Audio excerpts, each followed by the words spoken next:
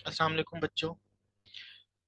इस वीडियो में हम क्लास 9 मैथमेटिक्स पेपर 2021 ओवरसीज, जो बाहर के मुल्कों में, पाकिस्तान में जो पेपर नहीं हुआ था, बाहर के मुल्कों में जो पेपर हुआ था, जो पाकिस्तान में पेपर होता है उसे कहते हैं लोकल लोकल पेपर। ये जो है हम ओवरसीज पेपर जो 2021 में हुआ था क्लास 9 मैथ्स का, उसके एमसीक्यूज ऑलरेडी सॉल्व है, मेरी वेबसाइट पे मौजूद हैं, fbic-solvedpastpapers.com पे। तो अभी जस्ट मैं आपको आपका कॉन्सेप्ट क्लियर करने के लिए कि आपको अगर कोई इसमें से कुछ नहीं आता तो वो आपको आ जाए, आपको खुद से ये एमसीक्यूज करना आ जाए। तो इसलिए जो है ना, मैं अभी आपको ये करके दिखाऊंगा, एमसीक्यूज सॉल्व करके दिखाऊंगा, सो दैट कि अगर ये इसकी वैल्यूज बदल जाए तो फिर भी आप जो है इस काबिल हो कि आप ये एमसीक्यूज कर सकें। तो ये कह रहा है कि पहला एमसीक्यू है the order of transpose of this matrix. इसका ट्रांसपोज पहले मालूम करें, फिर उसका ऑर्डर मालूम करना है। अच्छा, इसका ट्रांसपोज क्या होगा?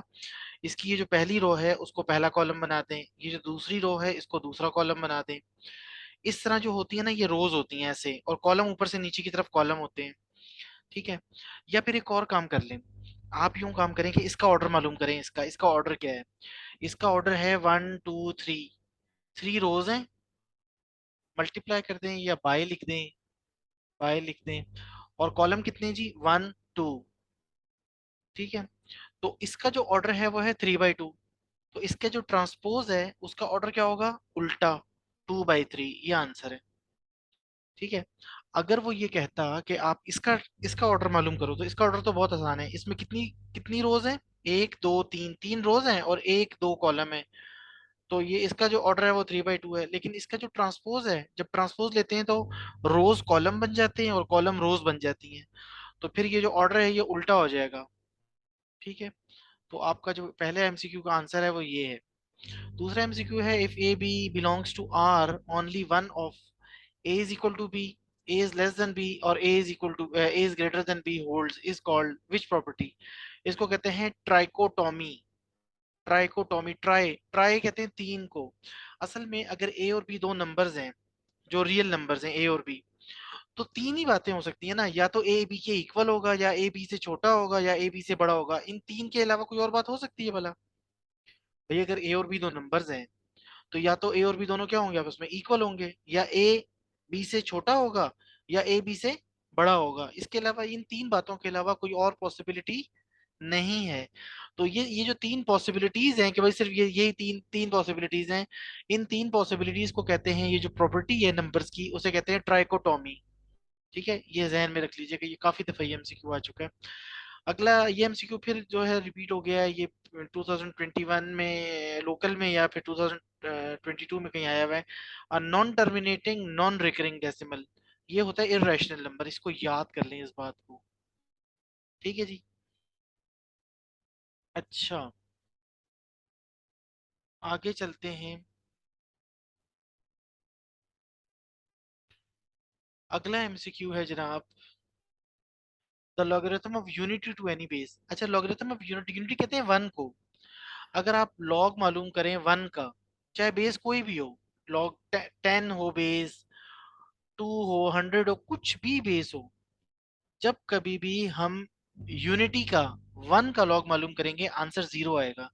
तो ये एमसीक्यू तो पक्का याद कर लें कि the logarithm of unity to any base is zero. ठीक है जी। जो पांचवा एमसीक्यू है सिंप्लीफिकेशन वाला, इस एमसीक्यू के लिए आपको क्या आना चाहिए भला? इस एमसीक्यू के लिए आपको फैक्टराइजेशन आनी चाहिए। ठीक है जी। फैक्टराइजेशन आपको आनी चाहिए। अगर आपको फैक्टराइजेशन आती है तो ये एमसीक्यू कर सकते हैं आप, अदरवाइज जो है ये मुश्किल है। चले मैं आपको करके दिखा देता हूँ यहाँ पे ये। अच्छा, ये लिखा है पहले A cube minus B cube. A cube minus B cube जो होता है ना, उसका फॉर्मूला होता है A minus B, A square plus A B plus B square. ये मैंने क्या किया, A cube minus B cube का फॉर्मूला कर दिया।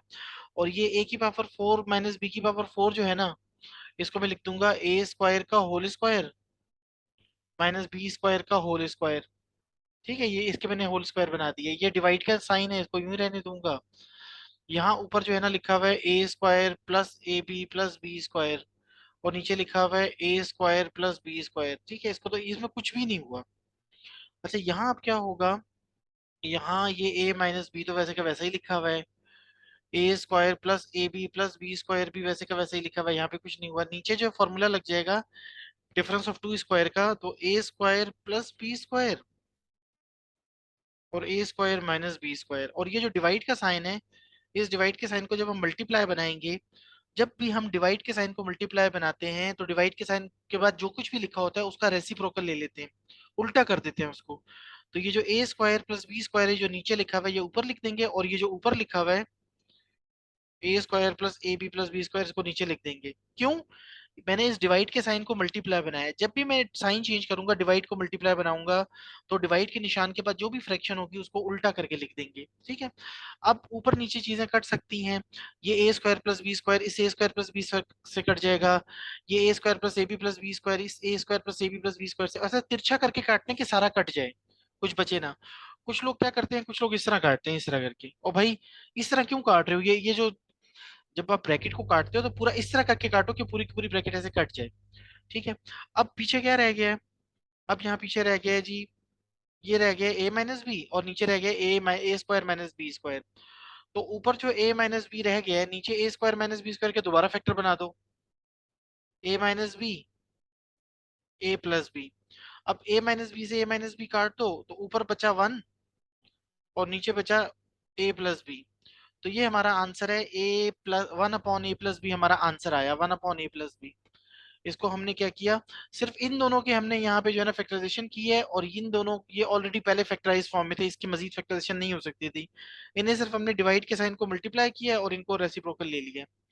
तो इस तरह हमारा one upon A plus B answer आया है। ये देख लेते हैं जी, one upon A plus B answer है हमारा। फिर कहते हैं जी statement involving any of the symbol less than greater than less than और इक्वल टू ग्रेटर देन और इक्वल टू। जब भी कोई स्टेटमेंट होगी जिसमें ये वाले साइंस आ रहे होंगे उसे हम कहेंगे इनइक्वालिटी, ठीक है जी। ठीक, ये जो साइंस हैं ये साइन जहां कहीं भी आ रहे होंगे किसी स्टेटमेंट में उसे हम इनइक्वालिटी कहेंगे। फिर अगला आ गया what should be added to complete the square. इसको इसको जो है ना अगर इसका होल स्क्वायर लेना है, कंप्लीट करना है, तो मुझे क्या ऐड करना है? 16x स्क्वायर आंसर है, लेकिन ये आंसर कैसे आया पहले भी हम कर चुके हैं, लेकिन मैं जो है वो दोबारा करके दिखाता हूँ आपको। कोई मसला नहीं है, दोबारा कर लेते हैं। ये जनाब एक्स स्क्वायर प्लस 64, ये आपको आना चाहिए, बार बार ये करें। आपको नहीं आता ना तो आप वीडियोस को दोबारा देखें। ये एक्स की ये भी परफेक्ट स्क्वायर है, ये भी परफेक्ट स्क्वायर है। मैं क्या करूंगा, इसको लिखूंगा एक्स स्क्वायर का स्क्वायर लिख दूंगा, और ये जो 64 है 64 होता है 8 का होल स्क्वायर, प्लस अब मैंने इसका जो है ना बनाना है परफेक्ट स्क्वायर बनाना है ना, कंप्लीट स्क्वायर बनाना है, सही है, फॉर्मूला बनाना है। तो मैं यहाँ लिखूंगा two first bracket second bracket, first bracket में यहां से आएगा और सेकंड ब्रैकेट में यहां से आएगा लास्ट से। तो यहां से क्या आया एक्स स्क्वायर, यहाँ से क्या आया 8, इन तीनों को मल्टीप्लाई करें क्या आ रहा है 16x स्क्वायर। इसका मतलब है मुझे 16x स्क्वायर चाहिए, देख लें 16x स्क्वायर ही आंसर है स्क्वायर कंप्लीट करने के लिए। ठीक है, what should be added to complete the square, तो इसका स्क्वायर कंप्लीट करने के लिए मुझे 16x स्क्वायर ऐड करना पड़ेगा। The x coordinate of point, जो एक्स कोऑर्डिनेट है मैंने पहले भी बताया था, एक्स कोऑर्डिनेट को एब्सिसा कहते हैं और वाई कोऑर्डिनेट को हम कहते हैं ऑर्डिनेट, ठीक है जी। द स्क्वायर रूट ऑफ, इसका स्क्वायर रूट पूछ रहा है वो, ठीक है, इसका स्क्वायर रूट बहुत आसान है। ये ले जनाब मैंने ये लिखा, मुझे इसका चाहिए स्क्वायर रूट। तो इसका स्क्वायर रूट मैं कैसे मालूम करूंगा, मैं यहाँ इसके ऊपर स्क्वायर रूट लगा दूंगा। अब इसको स्क्वायर रूट से निकलने के लिए अंदर जो है ना इसका मैं देखूंगा क्या ये होल स्क्वायर बन रहा है। A square minus two first bracket second bracket और प्लस वन को जो है ना मैंने वन का होल स्क्वायर लिखा, फर्स्ट ब्रैकेट से आया ए, सेकेंड ब्रैकेट से लास्ट ब्रैकेट से आया वन, इन दोनों को मल्टीप्लाई, तीनों को मल्टीप्लाई किया टू को इसको, तो ये टू ए आया है। ठीक है, इसका मतलब ये फॉर्मूला बन रहा है, ये है A square minus two A B plus B square. तो A square minus two A B plus B square किसके इक्वल होता है, ए माइनस बी का होल स्क्वायर, और ये स्क्वायर रूट है। जब ये स्क्वायर और स्क्वायर रूट कटेंगे तो यहाँ पे आएगा प्लस माइनस और ब्रैकेट में क्या बचा ए माइनस वन। इसका आंसर आएगा, ये असल में परफेक्ट स्क्वायर था ना, ये इसको मैंने फॉर्मूले के जरिए होल स्क्वायर बना दिया, स्क्वायर और स्क्वायर रूट कट गए, ए माइनस वन बचा और इसके शुरू में प्लस माइनस आ जाएगा, तो इसका आंसर है प्लस माइनस ए, प्लस माइनस ब्रैकेट के अंदर ए माइनस वन का आंसर है। The diagonals of a parallelogram bisect each other, याद रखिएगा, ये याद रखने वाली बात है। जो डायगोनल्स होते हैं पैरेललोग्राम के वो एक दूसरे को बाइसेक्ट करते हैं। अच्छा डायग्राम मैं आपको बता देता हूँ, पैरेललोग्राम यहाँ पे अगर बन जाए, पैरेललोग्राम तो नहीं बन रही, चलें ये बन रहा है। तो डायगोनल क्या होते हैं भला? डायगोनल जो है किसे कहते हैं ये भी मैं बता देता हूँ। ये साइड यहाँ, ये वाली दो, ये जो दो कॉर्नर है ये आपस में मिले, ये एक डायगोनल है, और ये दूसरा डायगोनल है।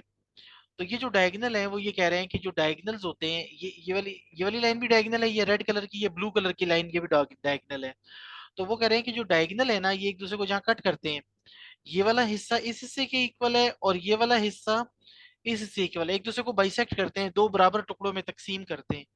बाइसेक्ट करने का मतलब होता है दो बराबर टुकड़ों में डिवाइड करना। तो बहरहाल ये याद कर लें, diagonals of parallelogram bisect each other. ये भी पैरेललोग्राम ही था। पैरेललोग्राम का मतलब है जिसकी आमने सामने वाली साइड्स, ऑपोजिट साइड्स पैरेलल हो। 11वां एमसीक्यू है, the three angles bisectors, the three angle bisector of triangle are always concurrent. ये पहले भी आ चुका है। जो एंगल बाइसेक्टर्स होते हैं, जितने भी है ना, ये सब, चाहे एंगल बाइसेक्टर है, चाहे परपेंडिकुलर बाइसेक्टर है, चाहे एल्टीट्यूड है, ये सब के सब कॉन्करेंट होते हैं। कॉन्करेंट कब कहते हैं? जब तीन तीन या तीन से ज्यादा लाइनें एक ही पॉइंट पे कट कर रही हो ना, उसको कॉन्करेंट कहते हैं। अच्छा, ये लिखा हुआ है जी पॉइंट, ये भी पहले आ चुका है, फोर्थ क्वाड्रेंट का है। ये एक्स पॉजिटिव है और वाई नेगेटिव है। तो आप देख लो, आप यहाँ पे जो है ना इस तरह ड्रॉ कर लो ऐसे, ये एक्स है और ये वाई है, ठीक है? तो एक्स ये पॉजिटिव है और ये वाई नेगेटिव है, ये वाला। तो ये कौन सा क्वाड्रेंट है जी? ये चौथा क्वाड्रेंट है, फोर्थ क्वाड्रेंट है। ये फर्स्ट है, ये सेकंड है, ये थर्ड है, ये फोर्थ क्वाड्रेंट है। तो इसका जो है ना आंसर आ रहा है fourth quadrant. Mid point of the points, mid point भी हम पहले मालूम कर चुके हैं। मिड पॉइंट के लिए हम क्या करेंगे? ये जो पहले वाले हैं, ये वाला 2 और ये -2, इनको प्लस करेंगे और 2 से डिवाइड करेंगे तो 0 आ जाएगा। और ये वाई जो कोऑर्डिनेट है, ये -2 और ये 2, इनको भी प्लस करेंगे और 2 से डिवाइड करेंगे तो फिर भी 0 आ जाएगा। ठीक है। अच्छा, 14वां एमसीक्यू है, which ordered pair satisfy the equation. अब इनमें से कौन सा ऑर्डर्ड पेयर है जो इस इक्वेशन को सेटिस्फाई करता है? आप क्या करें, इसमें x की जगह x की ये वाली वैल्यू रख दें। ठीक है। पहले क्या करें, ये जो ऑर्डर पेयर पहले वाला है यहाँ से शुरू करें। आप x की जगह ये वाली वैल्यू रखें यहाँ पे इसके अंदर। तो x की जगह जब मैं 1 रखूंगा तो 2 और 1 मल्टीप्लाई होंगे, 2 1 से 2 आ जाएगा, y की वैल्यू 2 आ जाएगी। तो ये पहला आंसर ही हमारा ठीक है। अगर हम यहाँ से शुरू करते हैं, अगर मैं यहाँ x की जगह 2 रखूं, अगर मैं यहाँ पे x की जगह 2 रखूं तो 2 2 जा 4, y की वैल्यू 4 आ जाएगी, तो ये सही नहीं है। फिर अगर x की जगह मैं 1 रखूं, तो y की वैल्यू, अगर मैं यहाँ x की जगह 1 रखूं तो 2 1 जा 2, y की वैल्यू 2 आ रही है, ये भी सही नहीं है। अगर यहाँ मैं x की जगह ये वाला, ये x की जगह ये x की वैल्यू 2 है, अगर मैं यहाँ पे 2 रखूं तो y का आंसर 4 आ रहा है, ये भी सही नहीं है। तो हमने क्या करना है, हमने ये जो x की वैल्यू है ये यहाँ पे रखनी है x की जगह, और ये जो x की जो भी वैल्यू है ये इस 2 से मल्टीप्लाई होगी, और जो y का आंसर है वो ये वाला आना चाहिए, ये वाला। तो बाकी ये तीनों ऑर्डर्ड पेयर में ऐसा नहीं हुआ, लेकिन इस ऑर्डर पेयर में जब मैंने x की जगह 1 रखा तो y की वैल्यू 2 आ गई। इसका मतलब है इस ऑर्डर्ड पेयर ने, ये जो ऑर्डर्ड पेयर है, इसने इस इक्वेशन को सेटिस्फाई किया।